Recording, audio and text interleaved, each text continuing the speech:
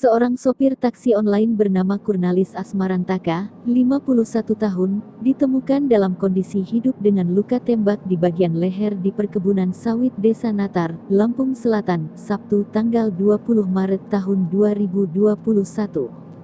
Pelaku penembakan diduga adalah seorang oknum anggota TNI berinisial Sersan G. Kini, pelaku telah ditahan oleh Detasemen Polisi Militer, Denpom 23 Lampung untuk menjalani pemeriksaan.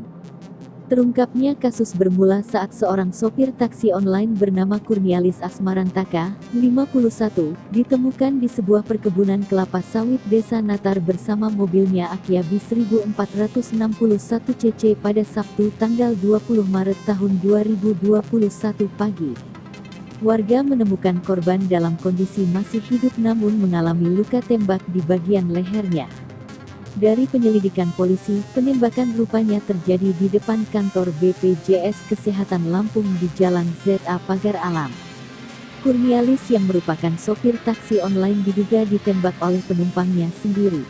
Korban kemudian dibawa dan ditelantarkan di perkebunan kelapa sawit. Melansir Tribun Bandar Lampung, salah seorang saksi mendengarkan suara tembakan pada pagi hari. Pelaku penembakan ternyata adalah seorang oknum TNI yang masih aktif bertugas.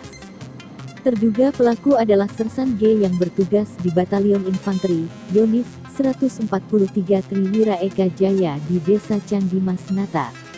Untuk sementara, kami merilis konfirmasi bahwa pelaku adalah seorang oknum TNI, kata Kepala Penerangan Korem Kapenrem 043 Garuda Hitam Mayor Infanteri, Joko Warsito, Minggu tanggal 21 Maret tahun 2021. Melansir Tribun Bandar Lampung, Korem 043, Garuda Hitam menyampaikan permohonan maaf kepada seluruh masyarakat Lampung atas insiden penembakan yang diduga melibatkan oknum TNI tersebut. Kini korban telah menjalani perawatan di Rumah Sakit Medika Natar.